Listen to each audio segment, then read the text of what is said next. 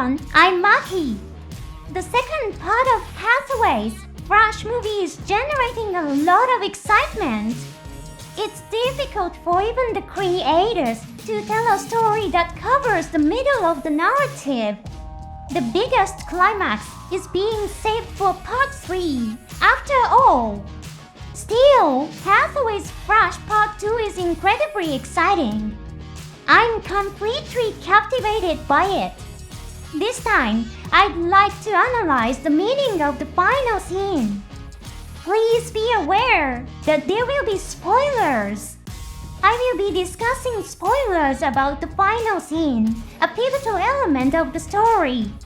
If you want to watch the movie without knowing anything about it beforehand, please skip today's program. Take a moment to decide if you want to watch this episode today. If you'd like, consider joining the 99 cents per month membership to support my channel. As a thank you, I'm offering name badges and comment stamps. Now, let's begin the analysis. Now, let's explore the meaning of the final scene. The ending theme song is Sweet Child O' Mine by Guns N' Roses. It has gained immense popularity in Japan, and in English-speaking countries, they are legendary artists. Their presence is also important for understanding the story told in the ending. I'll keep this explanation brief. For dedicated fans, this may feel like a surface-level explanation, but I hope you can forgive me. When Guns N' Roses first appeared, many artists performed in glamorous outfits. However, they surprised audiences by performing in everyday clothing. Their music was simple, yet powerful. Much of the background music used in Hathaway's Rush is complex. There is also heavy use of electronic instruments, such as synthesizers.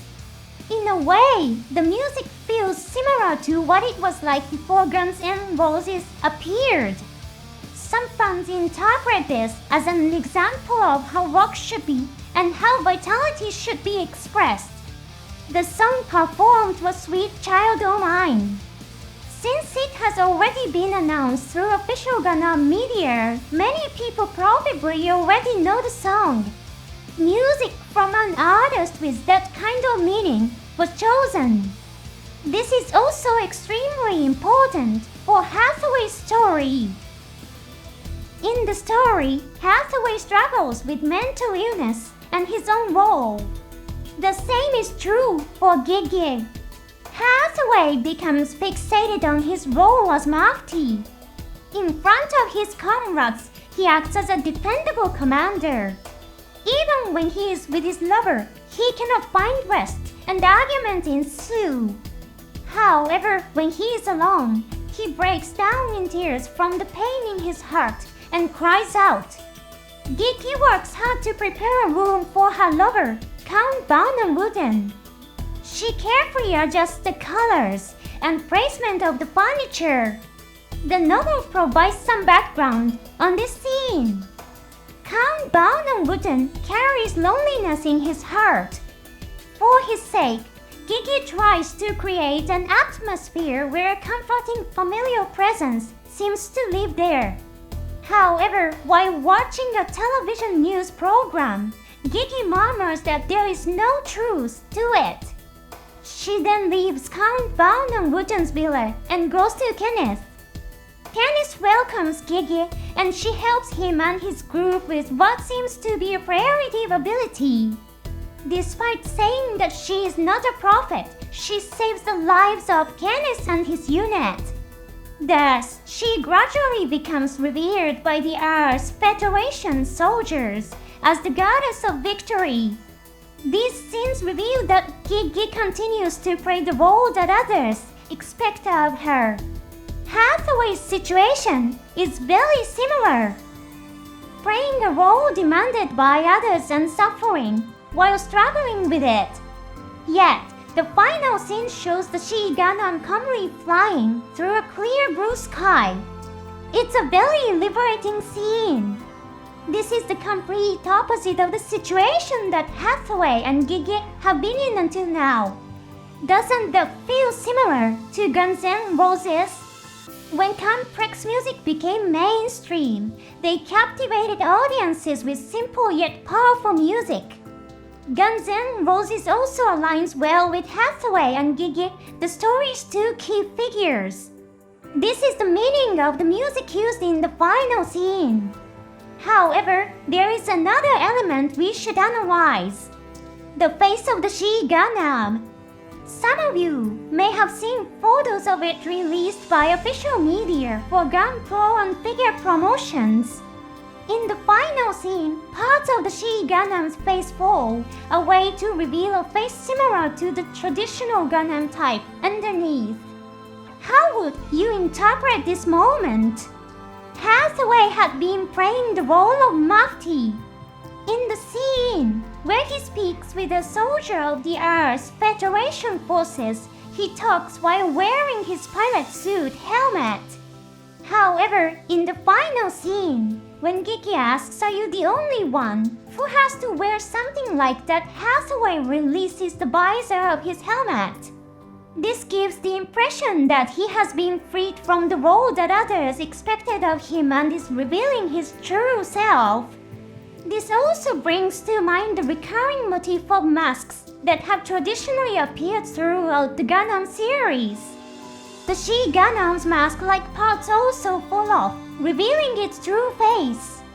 At first glance, the final scene appears to be a beautiful and uplifting symbol of liberation. Of course, there is currently no official, detailed explanation for this moment.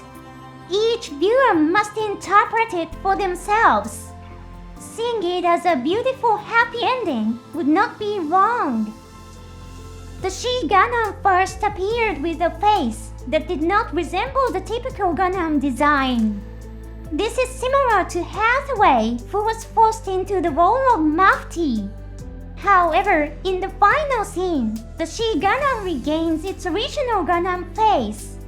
As I mentioned earlier, this change also reflects the transformation of Hathaway's heart. But what does the Gundam face actually mean? Let's take a look at a story written by Yoshiyuki Tomino. It is a line spoken by a character in Gundam F91. Technically, these words are not about Gundam itself, but rather about new types. However, they were addressed to Seabook, the pilot of Gundam F91. In the past, there were mobile suit specialists called new types. Those people lived unfortunate lives. Many Gundam pilots met tragic ends. At the end of the story, the She-Gundam regains its Gundam face. Hathaway and Gigi share a kiss and head into the cockpit unaware that the Gundam face has appeared. Depending on one's interpretation, this situation could be seen as quietly moving toward tragedy.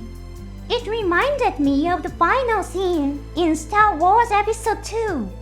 Anakin and Padme share a kiss and secretly marry in that scene. It's a beautiful scene, but as everyone knows, they later suffer a tragic fate. What meaning do you find in the final scene of Hathaway's Flash Part 2? If you'd like, please share your thoughts in the comments. Thank you for watching until the end. I'll see you in the next episode.